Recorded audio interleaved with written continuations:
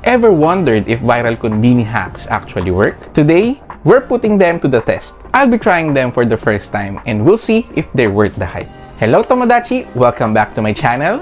Let's dive in!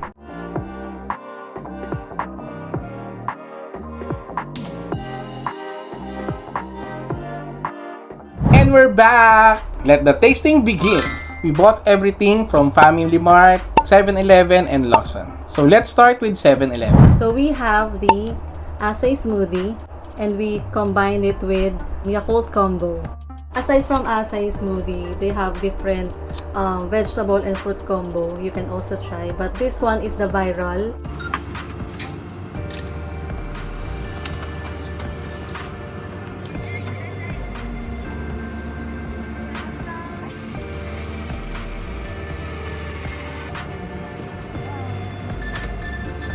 Feeling ko masarap.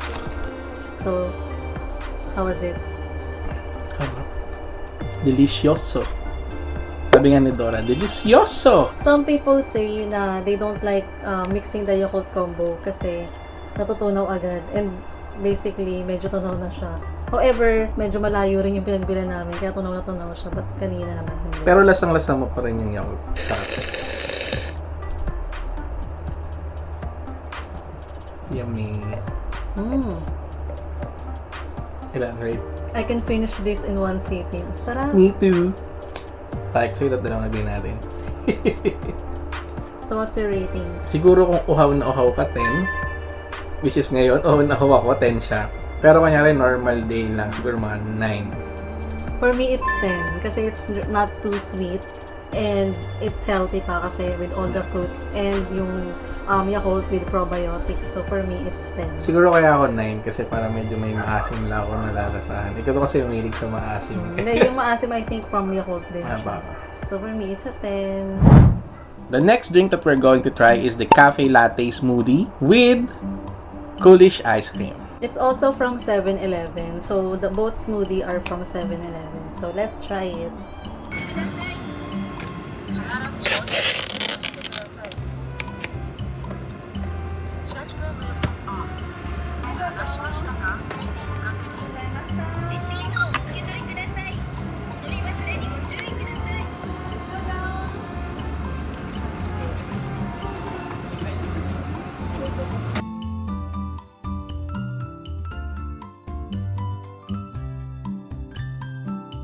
Solid. Parang may cafe latte with whipped cream. Let's try it! Ang sarap.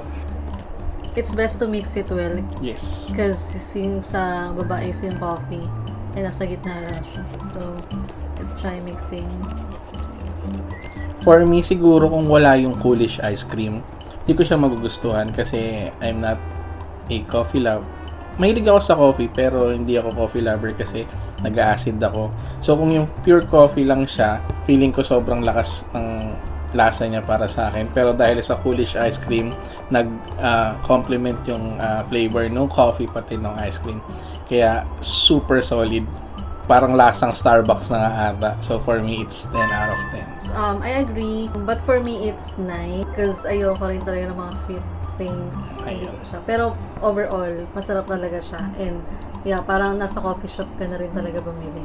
So it's really good. It's a good hack. So let's proceed to the next konbini hack. So the next product that we're going to try is melon pan and ice cream. So this is a Meiji ice cream, vanilla flavor.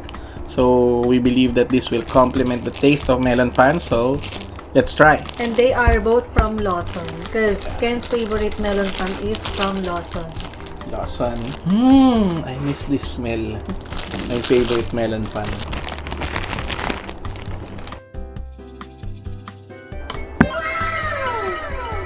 Taste test. This is it, pansit.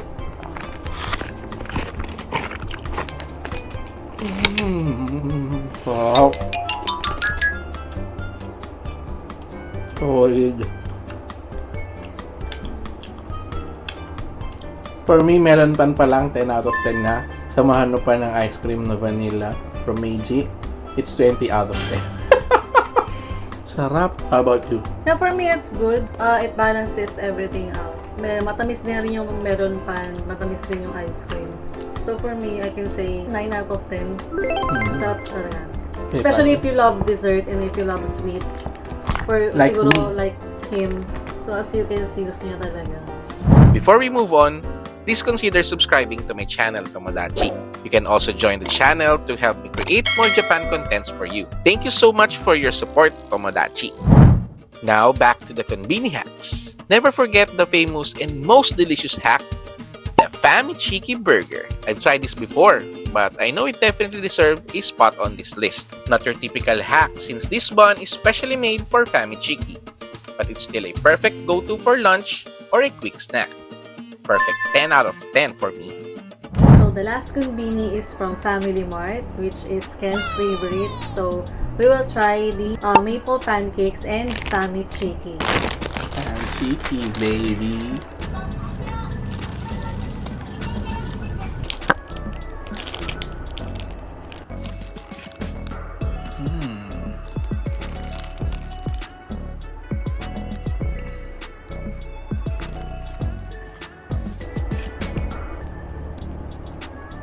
UFO.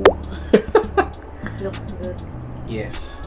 Looks good and I must say this will taste good. So taste test on. Ikaw.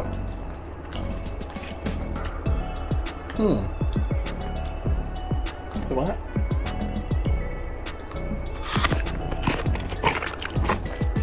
Pwede. Siguro isa to sa mga pwedeng option nyo kung wala yung Famichiki bun. Kasi yung Famichiki bun minsan out of stock sa tulad nung kaninang bumili kami. Wala na yung Famichiki bun. And hindi rin naman yung ito-try namin and this is the one we're going to try, yung pancake nga. And siguro I can say na for me, rate ko siya ng 8 out of 10. Kasi parang for me, mas okay pa din yung Famichiki bun.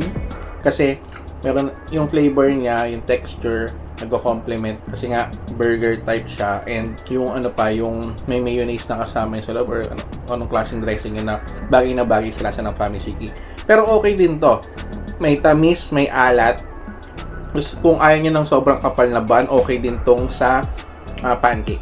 So for me, it's 8 out of 10. How about For you? me, it's 6.5. Parang weird yung taste niya for me. I like the Famichiki alone. And for me, it's too sweet yung maple syrup. And I don't like the texture ng bread. For me, if it's a bun, parang masarap sa texture-wise. Sa bagay. And last but not the least, the most viral konbini food hack. It's still Famichiki. But with egg sandwich or egg sandwich. Try and taste it. Ooh.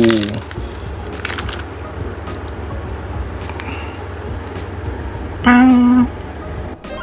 This is it, pansit. Ang sarap tignan. Egg sandwich plus Famichiki. Taste test? Oh, it's dripping. From Famichiki. Look at all the juiciness. The juiciness. Oh,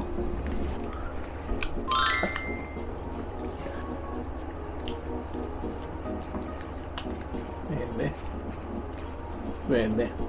10. 10, yeah, 10. This 10. So, For me, I love egg. I love mayo. And add with Famichiki. Sarap siya. It's a really good snack. And mabigat sa tiyan. So, for me, it's 10. yeah. A great konbini hack. Yeah, for me, it's also 10. Lahat na sinabi niya, same reason. And, of course, Famichiki, walang makakatalo. 10 talaga dapat yan lagi. Yun lang kanina kasi medyo hindi siya bagay talaga sa pancake. Yun yung nagpababa yung pancake. Pero ito, since masarap yung egg sandwich and masarap yung Famichiki, perfect combination. And I think it will be better if you will add some lettuce, vegetables, if mahilig kayo sa veggies. Good idea. So, yeah, it's a very good combo. So, Konbini hack. we also recommend this one. So, Tomodachi, Which konbini hack was the biggest win? And which one would you skip? Comment below, we want to know your thoughts. Thanks for watching. See you on the next tasty adventure, Tomodachi. Mata ne!